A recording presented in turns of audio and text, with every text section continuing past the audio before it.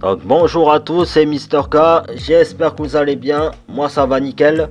On se retrouve pour une toute nouvelle vidéo, donc pas de débriefing ni de podcast, mais juste pour vous dresser un bilan de 2020.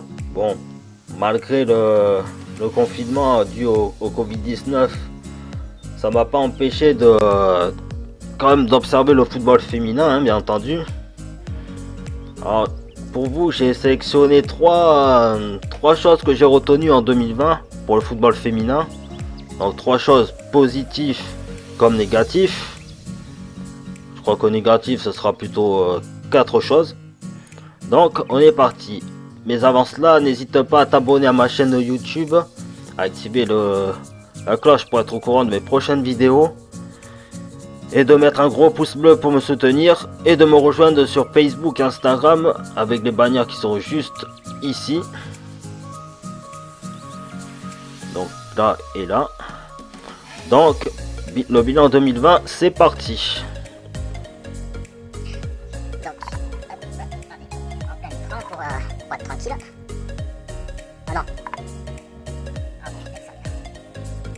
Attendez, j'aurais juste quelques petits soucis. Donc,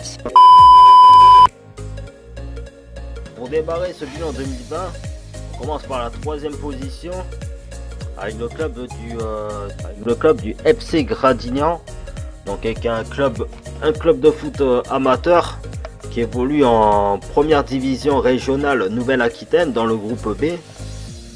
Donc pour ceux qui veulent savoir un peu l'histoire de ce club, je vous mettrai le lien dans la description. Bon, on peut dire que c'est parti d'une entente sportive. Mais je ne vais pas parler de l'histoire du club, bien entendu. Alors, faut quand même noter que leur début de saison est vraiment très agréable, hein, vu qu'elles sont deuxième à égalité de points avec l'Asmur, donc qui est un club basque. Mais surtout, je voulais parler du FC Gradignan parce que pendant le mercato estival, j'ai appris sur les réseaux sociaux qu'il y a deux anciennes bordelaises, pardon, qui après 3 ans d'absence ont fait leur retour sur les terrains de foot. Donc il s'agit de l'ancienne numéro 8 Juliette Loubagne, donc était l'auteur du meilleur but de la saison 2016-2017 contre l'ASJ Soyou avec sa retournée acrobatique. Et le retour aussi de Lucille au Sud, donc qui était là au tout début du projet de la section féminine des Girondins de Bordeaux en 2015. Et donc c'est vrai, moi quand j'ai appris cette nouvelle, ça m'a énormément fait plaisir parce que voilà, moi c'est deux joueuses que j'apprécie sur le terrain. Après bon, voilà, à cause de cet arrêt momentané du championnat à cause du confinement. Bon, déjà d'une part, j'espère que en début 2021, le championnat va reprendre, qu'elles vont rattraper les matchs en retard. Parce que moi, en fait, le 15 novembre, je devais assister au match contre l'équipe réserviste des Girondins de Bordeaux, dans la section féminine, bien entendu.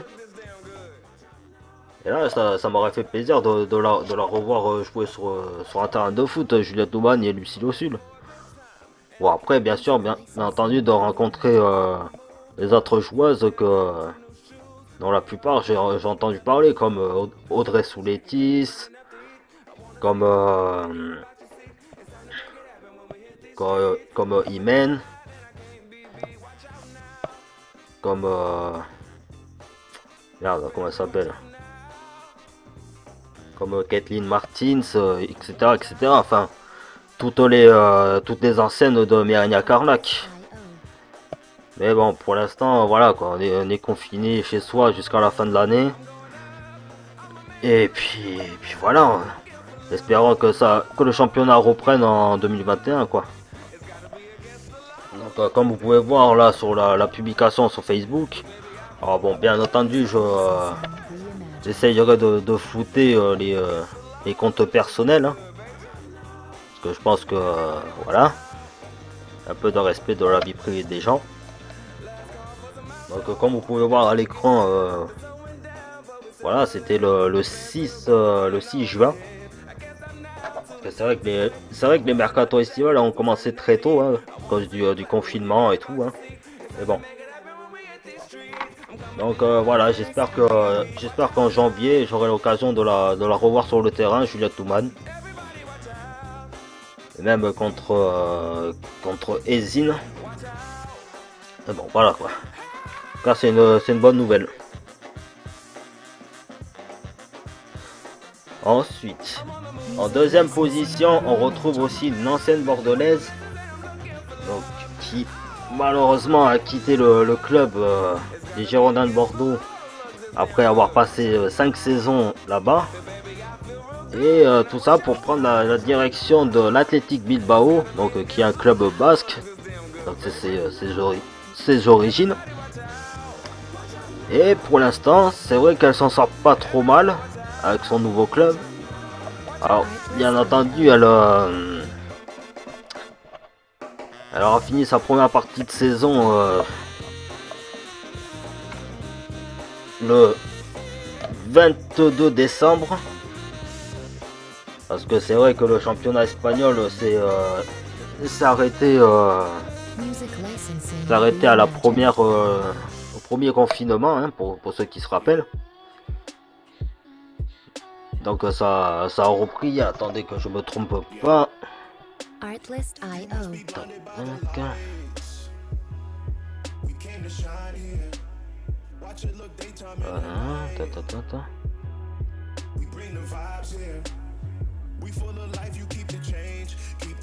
Ouais bon elles ont repris très tôt, c'est vrai. On va pas se mentir là-dessus hein, bien entendu. Comme vous pouvez voir à l'écran. Et donc là le 27 janvier elle va affronter le FC Barcelone. C'est quand même un truc de fou hein. Donc il y a le FC Barcelone, le Real Madrid et l'Atlético de Madrid. Donc avec notamment les deux françaises Pauline Perromagnan et Emeline Laurent. D'ailleurs elles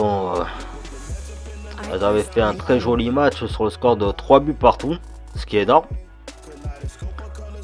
Donc voilà, et là à l'heure actuelle elle se classe 9ème avec 13 points. Après avec le bon, malheureusement le dernier match s'est soldé par une défaite. Mais bon. Après la question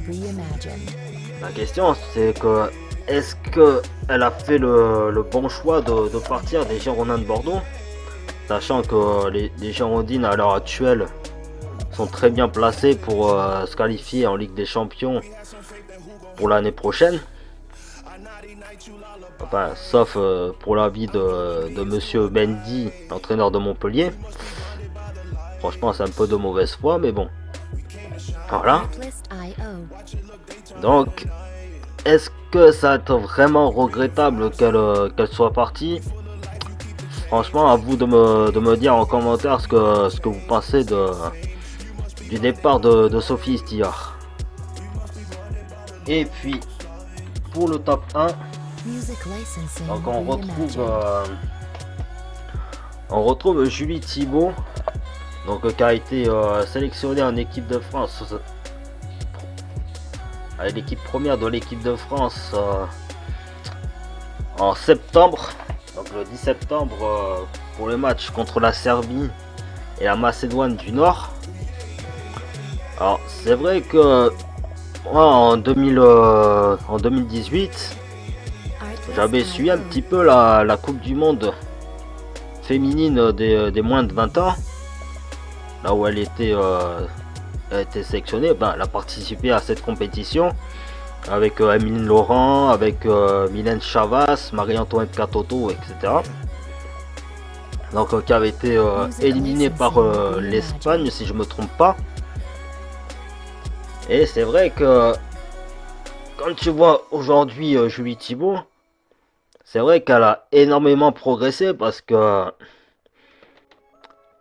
après elle avait fait un petit tour chez l'équipe de France B, donc c'était en 2019. Bon, c'était un court, un passage très court, hein, bien entendu. Et là, de savoir qu'elle a été appelée en équipe de France première, donc sous la direction de Corinne Diacre, en déplaise à certaines personnes sur les réseaux sociaux. Et c'est vrai que déjà, il faut rappeler que c'est une jeune joueuse, hein, qu'elle a 22 ans à peine. Donc c'est déjà énorme pour sa jeune carrière. Et donc bien sûr elle sera accompagnée d'une ancienne collègue qu'elle connaît très bien, qui est Romane Munich, donc la première gardienne de l'ICJ Soyo, et de la jeune lyonnaise Melvin Mallard. Donc voilà, franchement, comme je dis, c'est vraiment énorme, déjà pour sa jeune carrière qu'elle a aujourd'hui. Et puis là, comme je dis, si les Bordelaises cette saison parviennent à se qualifier en Ligue des Champions, vous imaginez quand même à 23 ans connaître sa première campagne de Ligue des Champions. Vous imaginez 2 secondes, ça va être, franchement c'est juste un truc énorme en fait pour Julie Thibault, quoi. Donc bien sûr je lui souhaite beaucoup de bonheur, beaucoup de réussite en 2021, même pour les années à venir, parce que je pense qu'elle peut faire encore plus de belles choses pour sa jeune carrière. Donc voilà, je lui souhaite beaucoup de bonheur, quoi.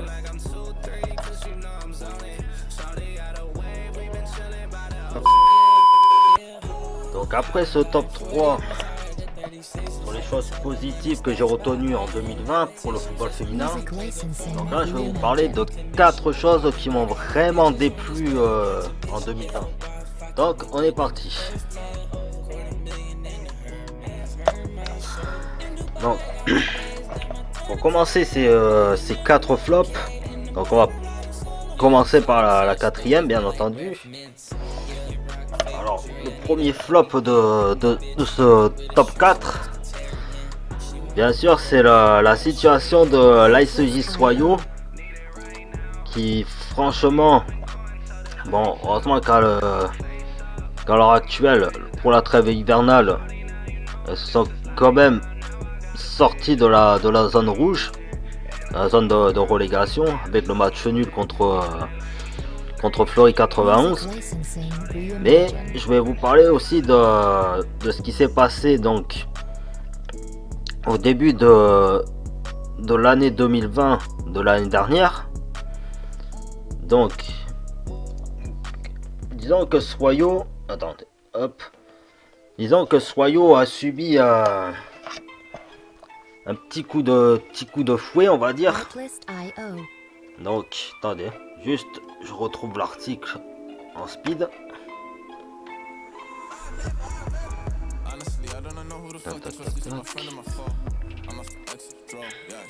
Voilà. Donc c'était le 15 janvier 2020. Donc on voit vraiment que l'ICJ Soyo a été vraiment touché par la DNCG. Donc l'ICJ Soyo s'est vu infliger un retrait de 3 points au classement sportif 2019-2020, un encadrement de la masse salariale et une interdiction de recrutement selon la décision publiée ce 14 janvier sur le site de la FFF. Bon, ça on s'en fout. Avec 30 points à moins, le club glisserait sans recours de sa part à la 10e place en l'état actuel, à 4 points du premier relégable, l'OM. Bon, après la suite de tout ça, bon, ils ont été maintenus et tout, mais ça a suscité pas mal de départs, même de gros départs, hein, parce que voilà, pour faire des économies pour le club.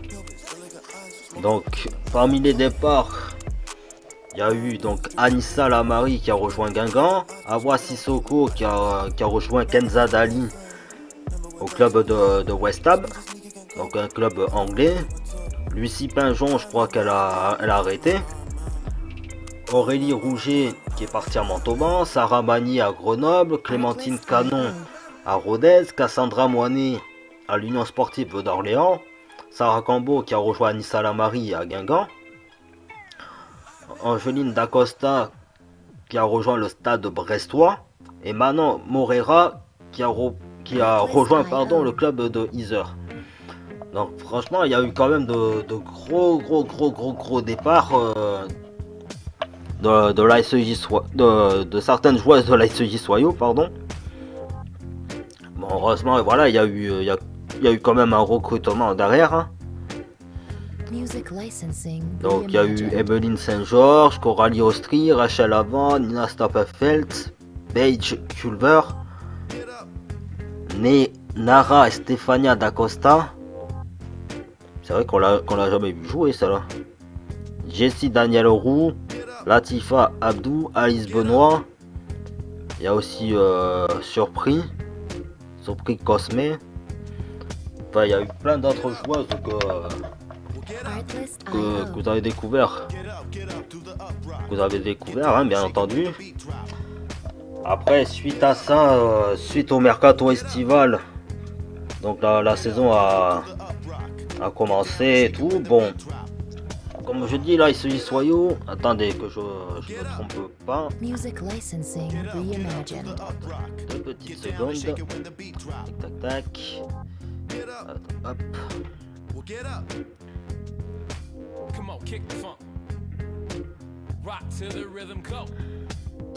Ouais, c'est vrai que Soyaux a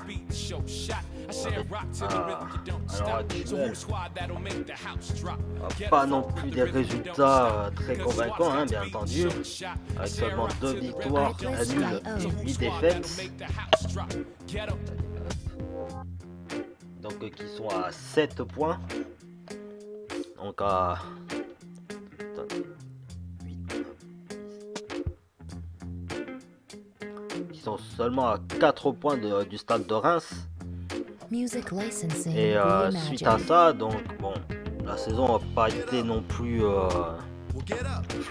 flamboyant, mais surtout, voilà, il y a eu encore un coup de théâtre dans le club. Donc c'est le départ de Sébastien Joseph.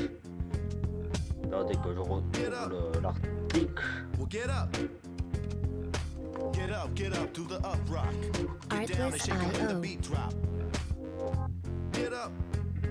Que vous pouvez voir ici, hein. Donc selon ses déclarations, hein, on lui a demandé donc quelles sont les raisons de son choix. Donc il dit, la souris, elles sont multiples. Ce qu'il faut comprendre, c'est que depuis quelque temps j'étais éloigné de ma famille pour diverses raisons. J'ai aujourd'hui la volonté de les rejoindre à travers une opportunité qui se présente, qui n'était pas du tout prévue en début de saison. Après, je m'étais inscrit cette année dans un cadre et j'avais un petit peu de mal à m'y retrouver. L'opportunité faisant, j'ai choisi de me rapprocher de ma famille. Après, on lui demande, ça veut dire que les promesses, notamment concernant le recrutement, n'ont pas été tenues. Alors, il dit après, la saison n'est pas finie, les choses viendront peut-être par la suite. Pour moi, elles n'étaient pas à la hauteur de celles qui semblaient avoir été convenues. Ce sont des choses qui auraient peut-être pu se faire, pardon. J'aurais pu aussi attendre, mais voilà, il y a des choses qui se présentent des fois dans la vie qui ne se présenteront dans 2 mois ou dans 8 mois. Après, comme je dis, de ce qu'il a pu apporter à l'ASJ Soyaux, donc pendant 3-4 saisons, je dis pas, tu vois, il y a pas de souci là-dessus, machin et tout. Mais franchement, de laisser l'équipe comme il a laissé, donc qui a été très mal en point, hein, pour ceux qui ne savent pas. D'ailleurs, c'est une preuve que l'équipe est encore s'éloigne un petit peu de la zone de relégation. Mais franchement, je sais pas ce que vous en pensez, les gens. Mais je trouve que cette décision est quand même lâche, quoi. Parce qu'en plus...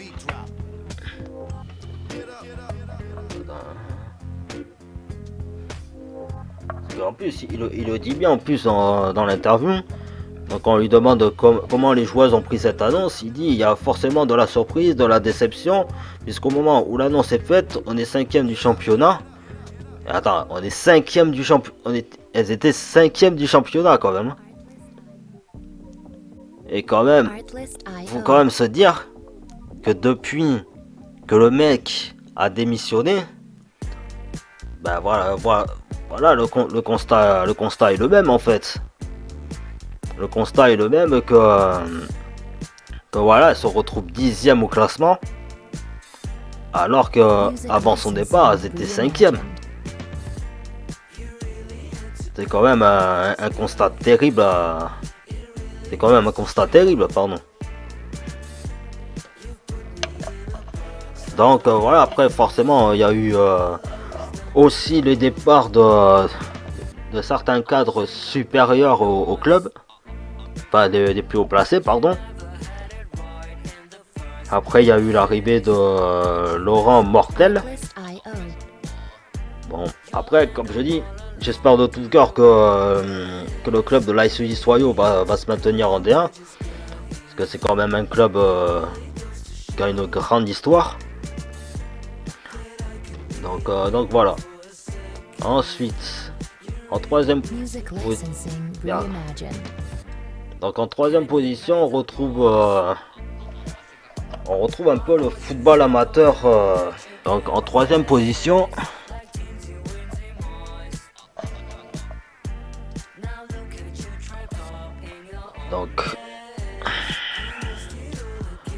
donc en deuxième position, je voulais parler d'un autre club de la région Nouvelle-Aquitaine.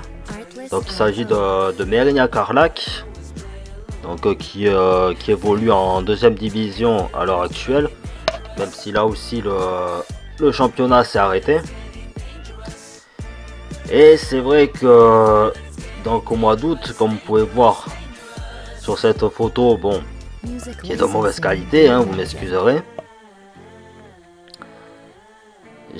Bon, c'est vrai que voilà, hein, comme je dis, à chaque saison, il y a de nouvelles recrues qui arrivent, machin et tout, hein, je dis pas le contraire. Donc bien sûr, le match de préparation s'était soldé par une défaite 9-0. Et là, quand tu vois la saison, donc il a démarré contre Nice. D'ailleurs, il y a aussi une ancienne bordelaise qui joue à l'OGC Nice, hein, qui est Juliane Gatra. Et comme je dis, tu vois, Mérignac-Carlac, pour résumer un petit peu, c'était depuis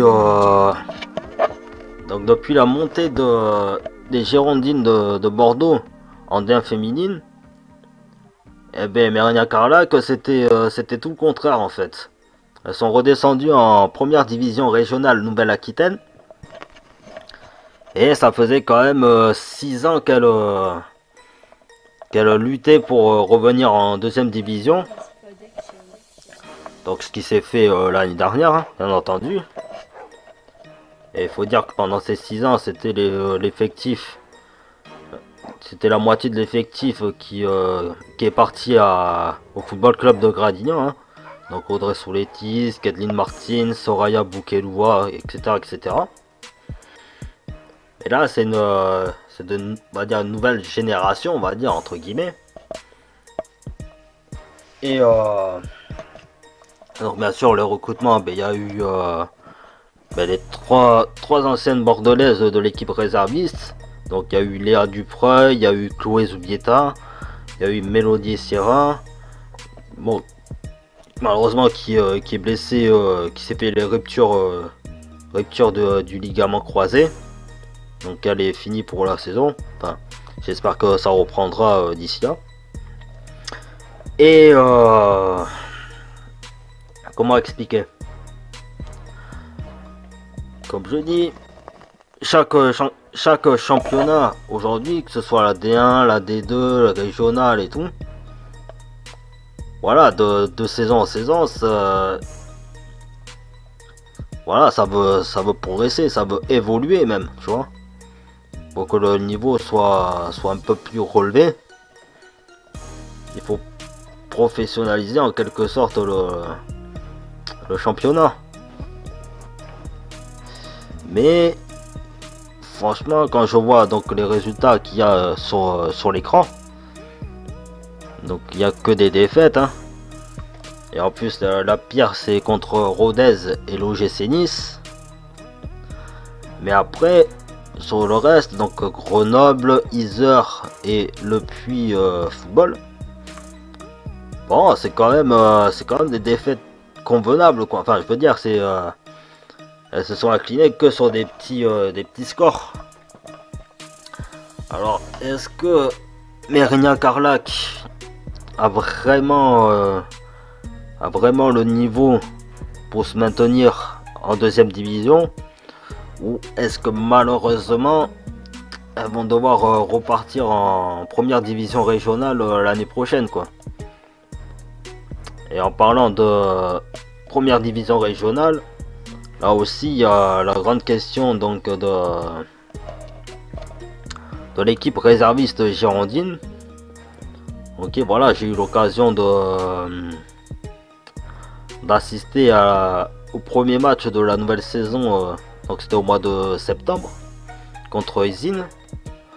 Bon là c'était un match on va dire moyen entre guillemets, mais quand tu regardes le classement de cette équipe, attendez, je vais vous montrer sur un site que je connais.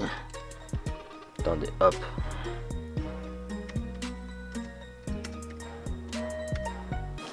Attends, régional.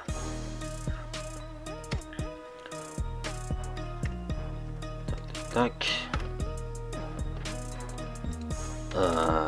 Alors attendez, hein, 2 petites secondes. Non, ce n'est pas ça. Donc football, Nouvelle-Aquitaine, féminine régionale, poule B. Voilà. Hop. Donc comme vous voyez là, même au classement, on voit que Bordeaux est vraiment dans la merde. Et franchement, voilà, j'ai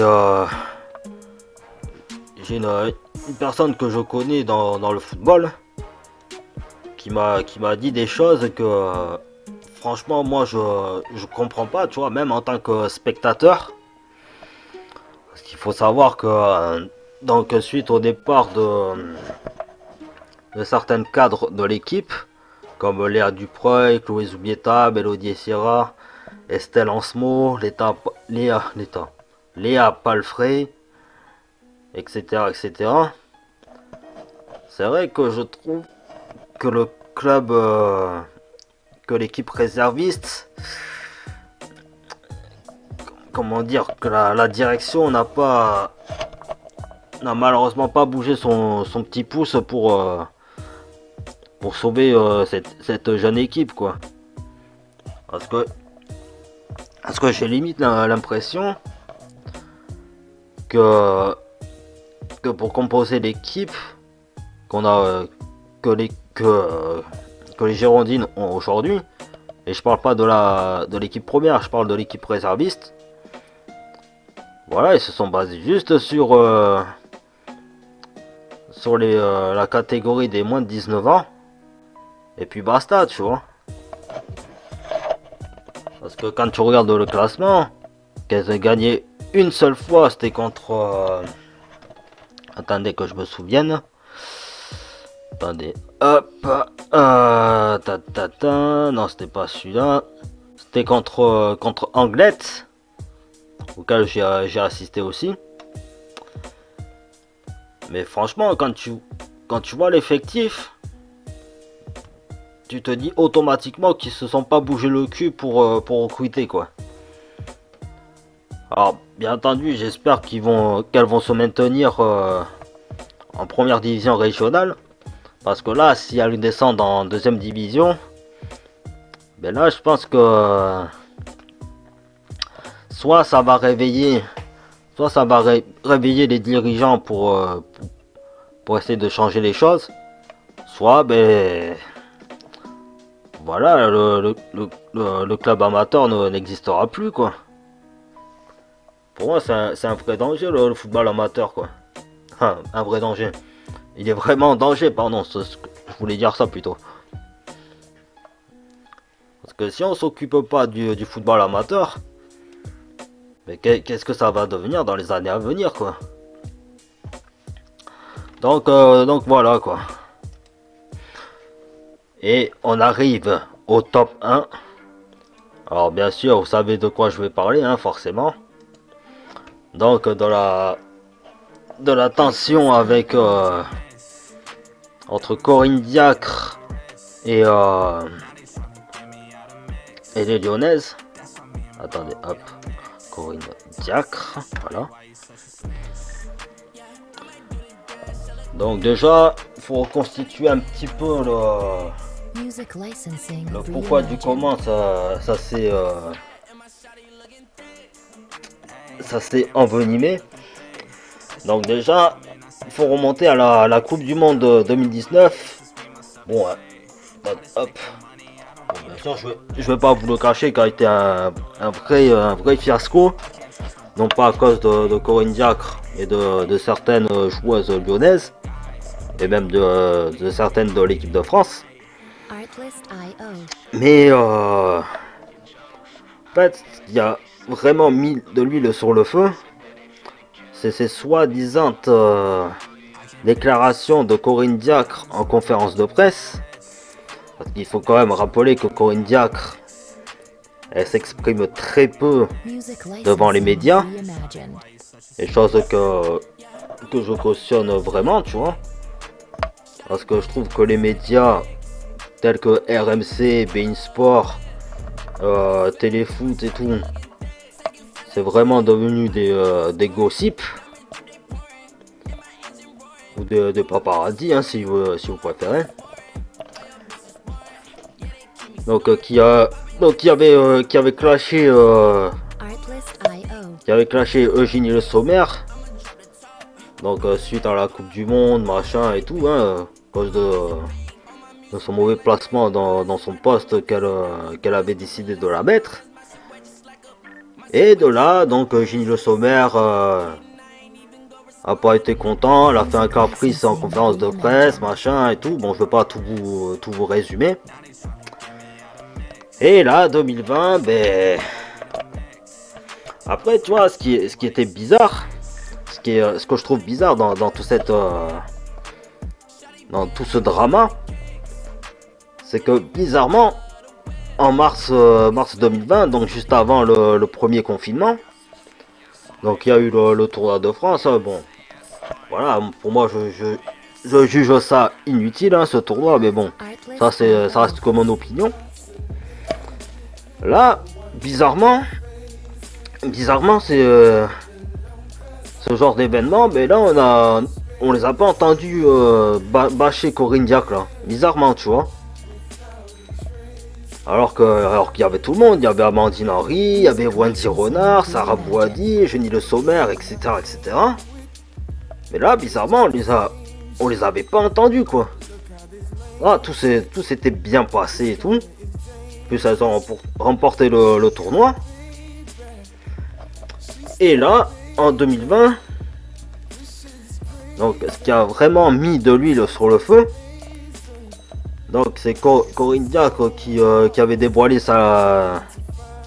Non, par contre, juste avant, donc c'était mademoiselle Sarah Boadi, donc la gardienne de l'Olympique Lyonnais, et on va dire l'ex-première gardienne de l'équipe de France, puisque c'est le cas en ce moment même, où elle avait déclaré qu'elle voulait...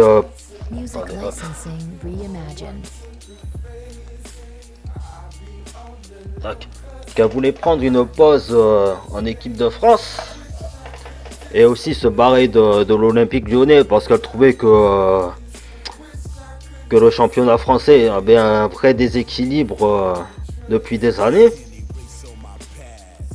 Alors après, je sais pas si c'est vraiment de son avis à elle, ou si c'est le pognon qui l'a intéressé pour rester à l'Olympique Lyonnais pendant 4 saisons, je crois. Et de là, elle est revenue sur ses propos donc pour l'équipe de France. Et là, elle commence à dire qu'elle reviendra plus en équipe de France tant que Corinne Diacre elle sera présente à la tête de la sélection. Bah, en tant que sélectionneuse, bien entendu. Mais pourquoi? Pourquoi tu oses dire... Enfin, pourquoi elle ose dire qu'elle veut prendre une pause en équipe de France? Au tout début, hein, je parle. Pour après commencer à bâcher Corinne Diacre. Franchement, moi-même, je comprends pas en fait pourquoi elle a fait ça. Parce que honnêtement, moi, tu vois, comme je dis, j'avais rien contre ces joueuses là, contre Sarah Bouhaddi, Amandine Henry, Wendy Renard et tout. Mais là, franchement, cette année 2020, et je me dis, mais pourquoi tout cet acharnement sur Corinne Diacre en fait? Parce que en plus de ça, que ce soit sur les... Attendez, excusez-moi. Que ce soit sur les réseaux sociaux. Putain, il y a le problème avec le... Donc que ce soit sur les réseaux sociaux, ou comme... Enfin, que ce soit principalement sur les réseaux sociaux, ou même par les médias avec les joueuses et tout. Mais je comprends pas pourquoi tout cet acharnement en fait sur Corinne Diacre. Je fais, mais à un moment donné, les gens, vous attendez à quoi que Corinne Diacre elle arrive en équipe de France et qu'elle lèche le de vos cadres lyonnaises? Oui, je fais le petit bruitage à la con, mais vous avez très bien compris le mot. Donc vous croyez vraiment qu'elle est venue pour ça? Pour embrasser le derrière de vos lyonnaises? Mais à un moment donné, il va falloir vous enlever ça de la tête, les gens, parce que ça devient limite grave, quoi. Alors après, du public, la plupart du temps, mais j'ai juste envie de me dire, mais en fait, c'est qui dirige l'équipe de France? C'est le public ou c'est Corinne Diacre? Parce que franchement, moi j'aurais été dans la famille de Corinne Diacre. Alors certes, bon, les gens qui critiquent sur les réseaux sociaux, bah, comme je dis, venez le dire en face, hein, au bout d'un moment. Parce que c'est bien mignon de faire les petites racailles sur les réseaux sociaux derrière votre écran. Mais j'aurais été de la famille de Corinne Diacre, mais j'aurais... Le mec là qui arrête pas d'harceler Corinne sur Twitter notamment, limite j'aurais porté plainte, frère. Parce que ça c'est pas possible. Comme je dis, le mec il ouvre sa gueule sur les réseaux sociaux, mais est-ce qu'il aurait au moins les couilles de venir assumer ça en face à face si Corinne Diacre venait à sa rencontre, pardon.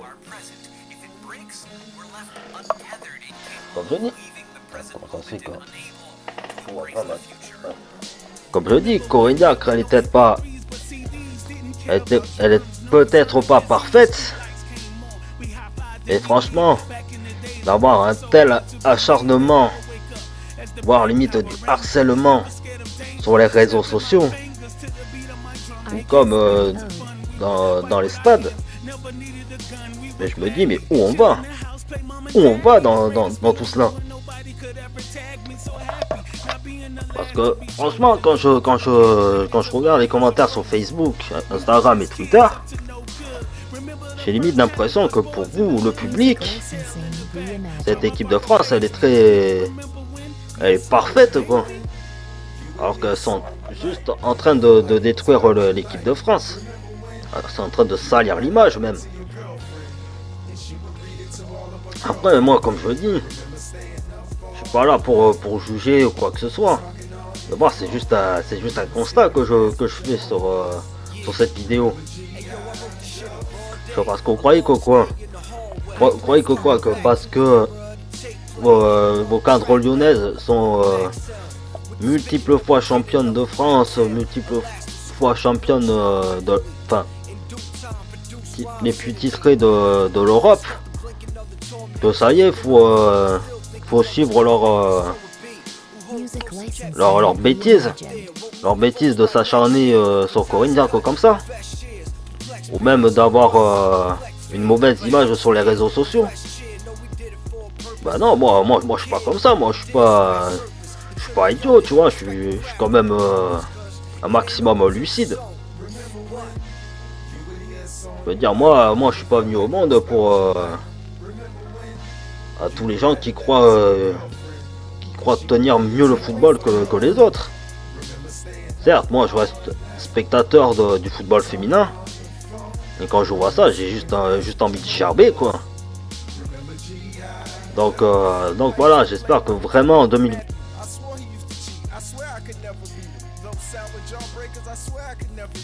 Music licensing reimagined.